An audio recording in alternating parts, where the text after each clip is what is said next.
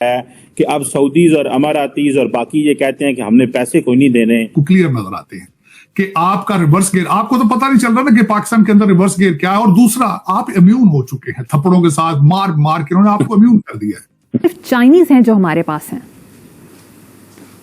ये भी नहीं जाने, बात सुनो, शहद से मीठी, समुद्रों से गहरी, आसमानों से ऊंची, दुनिया में कोई दोस्ती मोस्ती नहीं होती, ये याद रखना।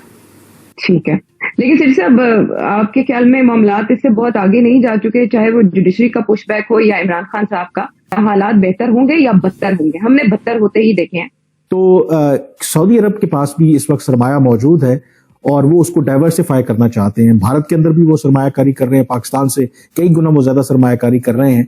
तो अधिकारियों का इसलिए कहा जा रहा है कि आपको पता है कि वो जाहिर है कि पैसा लेने गए हैं, कर्जा मांगने गए हैं। ऐसे तो गए, वो बताया उन्होंने, ऐसा नहीं है, लेकिन जाहिर है कि ये भी चीजें बीच में चलती हैं। तो वो कर्जा मांगने जो जाते हैं तो उसको भी, मतलब ग्रेट पार की कैपेबिलिटी है इंडिया के अंदर, 5वीं बड़ी इकोनॉमी है, and there is so much more which we can talk on that, के जो वो जिसे हम कहते हैं ना, हम तो इकट्ठे ही पैदा हुए हैं 70-75 साल पहले, एक ही मुल्क था। मेरे फादर ईसा ख्याल से बेस्ट मियां वली से आए हैं। मुफादात होते हैं, अपने अपने टारगेट्स होते हैं, उसके मुताबिक कौमें चलती हैं। हजारों मील दूर भी सुपर पावर बारे में नहीं है, होश करो, याद आएंगी कभी ये बातें तुम्हें। They need us, we desperately need them. दोस्ती ताल्लुक की ये बराबरी की सतह पे होता है, आम जिंदगी में भी। हम लाते हैं टॉक शोज और अनलिमिटेड एंटरटेनमेंट सिर्फ YouTube पर। अगर आपने अभी तक हमारा चैनल सब्सक्राइब नहीं किया तो अभी सब्सक्राइब करें और बेल आइकॉन को क्लिक करके हमारी लेटेस्ट वीडियोस के बारे में अपडेट जानें। आया कि अब सऊदीज और अमारातीज और बाकी ये कहते हैं कि हमने पैसे कोई नहीं देने, क्लियर नजर आते हैं कि आपका रिवर्स गेयर, आपको तो पता नहीं चल रहा ना कि पाकिस्तान के अंदर रिवर्स गेयर क्या है। और दूसरा, आप इम्यून हो चुके हैं थप्पड़ों के साथ, मार मार के उन्होंने आपको इम्यून कर दिया है।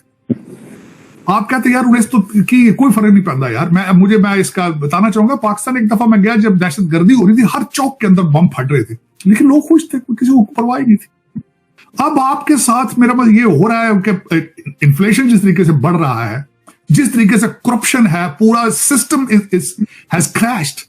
मोरालिटी नाम की चीज नहीं है, आपको नहीं पता चलता। आप छोटी सी, मैं अब आगे चल के बल्कि मैं मिले नामिक्स जो अर्जेंटीना के प्राइम मिनिस्टर हैं, मिले हावियर मिले, मैं उनका आप कंपैरिजन बताऊंगा कि अब साउथ अमेरिका की कंट्रीज भी अब आपसे आगे। तो वो कर्जा मांगने जो जाते हैं तो उसको भिखारी कहा जाता है।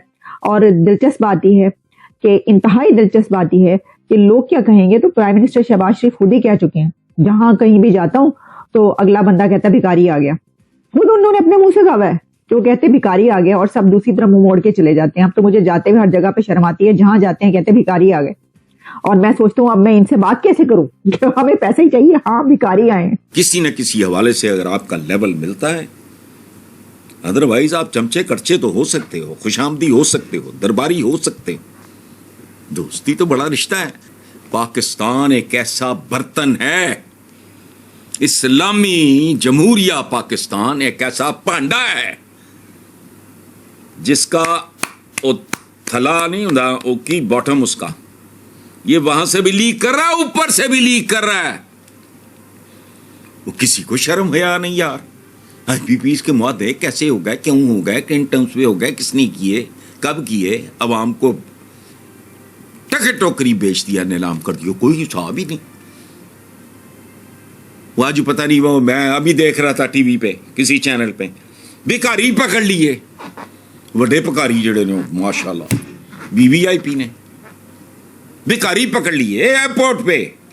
ये अभी चली है, मैंने किसी चैनल पे देखा है। टूटे पजे गरीब गुरबे जाए, ये वो सारा उन्होंने अपना इतराफी बयान भी जमा करा दिया। वो 10-15 के करीब थे पाकिस्तानी। इंडिया जो है वो एक रीजनल पावर है, इसमें कोई शक नहीं है, और ग्लोबल एम्बिशंस हैं, ठीक है। कैपेबिलिटी भी रखता है इंडिया और इंटेंशन भी है। मतलब ग्रेट पावर की कैपेबिलिटी है इंडिया के अंदर, 5वीं बड़ी इकोनॉमी है, and there is so much more which we can talk on that, के जो वो जिसे हम कहते हैं ना कि अगर मेजर करने लगे power in terms of military strength, economy, geography, area, तो वो बहुत सारी इंडिकेटर्स वो इंडिया के हैं। आपको नहीं लगता सर कि इंडिया ग्रेट पार का जो ऑब्जेक्टिव है वो बहुत जल्दी अचीव कर सकता है अगर खित्ते में तमाम मुल्कों के साथ मिलकर ग्रो करे?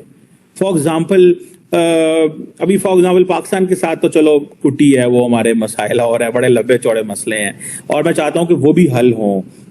हमने भी बड़े धक्के खाए हैं, सीधी सी बात है, हमारे भी बड़े दिमाग खराब थे, ठीक हो गए हैं और बहुत हम तो इकट्ठे ही पैदा हुए हैं 70-75 साल पहले, एक ही मुल्क था।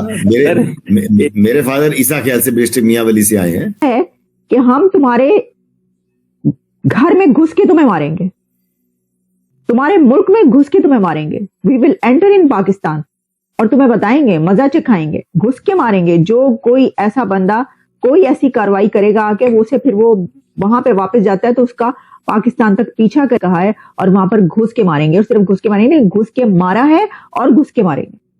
तो मैं आपको पत्थर पर लकीर की तरह लिखकर दे देती हूं कि सऊदी अरेबिया या मोहम्मद बिन सलमान से अगर शहबाज शरीफ साहब रिक्वेस्ट भी करेंगे कि सर बात करें आप इंडिया से, देखिए उन्होंने हमारे मुतालिक क्या कि हम आपके इतने स्ट्रांग अलाए हैं, शहद से मीठी और समंदर से गहरी और पहाड़ों से ऊंची, चाइना से दोस्ती है लेकिन आपसे भी कुछ कम नहीं है सर, शहद और शहद मिट्टी दोस्ती है ताड़े नाल। तो इतना गूढ़ा इस्लाम का रिश्ता हमारा, तो मुस्लिम उम्मा, तो अगर वो कहेंगे तो मैंने आपको कहा कि पत्थर पे लकीर से मैंने MBS। आपसे मेरा सवाल यह है कि जिस वक्त पहली इमरजेंसी का नफाज हुआ तब प्रेसिडेंसी में कौन था? परवेज मुशर्रफ साहब, उसके बाद आसिफ अली जरदारी साहब आए, अब आसिफ अली जरदारी साहब एक बार फिर प्रेसिडेंसी में हैं। और अगर इस तरह के मामलात पर कहीं ना कहीं कोई ना कोई गुफ्तगू हो रही है, आप भी इशारा दे रहे हैं आने वाले दिनों में इस पर सूरत हाल वाज़ेह हो जाएगी, तो आपके ख्याल में इमरजेंसी के नफाज के इंग्रेडिएंट्स पूरे हैं? जो जो इमरजेंसी के नफाज के तकाजे हैं वो पूरे किए जा सकेंगे? सदर रिक्वेस्ट कर देंगे, आसिफ अली जरदारी साहब, पार्टी साथ देंगी इस सिलसिले में? सब कुछ हो जाएगा, कोई रुकावट नहीं होगी। अगर एस्टैब्लिशमेंट ये चाहेगी कि इमरजेंसी लगाई जाए, फाइनेंशियल या जनरल इमरजेंसी लगाई जाए, KP की गवर्नमेंट की छुट्टी करानी है या सारे पाकिस्तान के अंदर गवर्नर्स रूल लगा के हर जगह पे सारे पाकिस्तान को चलाना है या 2 प्रोविंसेस को चलाना है, या जो भी एस्टैब्लिशमेंट चाहेगी, ये सियासतदान प्रेसिडेंट जरदारी और शहबाज शरीफ साहब और बाकी चीफ मिनिस्टर जो हैं, they will all fall in line, full stop.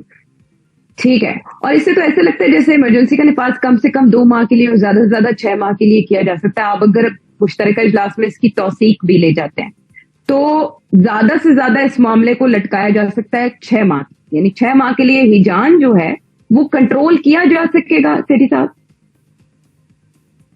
Ayesha तुम फिर कानूनी बातें कर रही हो ना, मैं आपसे अभी मैंने कहा कि कानून तो खत्म हो जाएगा ना, क्योंकि कानूनी बातों के साथ मसला हल नहीं होगा।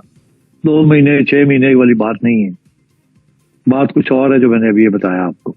तो जब तक उस बात को आप एड्रेस नहीं करेंगे तो फिर जो कुछ होगा उसके कोई टाइम फ्रेम नहीं है, उसका वो कोई टाइम फ्रेम नहीं है उसका। ठीक है, लेकिन सेठी साहब इस सिचुएशन में IMF के साथ होने वाली डील और हमारी मईशत, उसके असरात क्या हो सकते हैं मुल्की हालात पर? देखिए ये अब फॉरेन पॉलिसी की बात शुरू हो जाएगी। IMF वही करेगी जो अमेरिकन गवर्नमेंट उनको कहेगी। IMF अगर अब यहाँ कोई ऐसी चीजें होती हैं तो अमेरिकन गवर्नमेंट का फैसला होगा कि पाकिस्तान की जो नए डेवलपमेंट्स हुए उसको कैसे ट्रीट करना है। क्या वो ये समझेंगे कि जो कुछ हुआ है ये ठीक हुआ, या वो ये समझेंगे कि जो कुछ हुआ है वो ठीक नहीं हुआ। तो आपको ये वीडियो कैसा लगा कमेंट बॉक्स में जरूर लिखिए। इस वीडियो को लाइक कीजिए, शेयर कीजिए, सब्सक्राइब करना ना भूलिए आपके चैनल EFC को। तो मिलते हैं अगली वीडियो में। जय हिंद।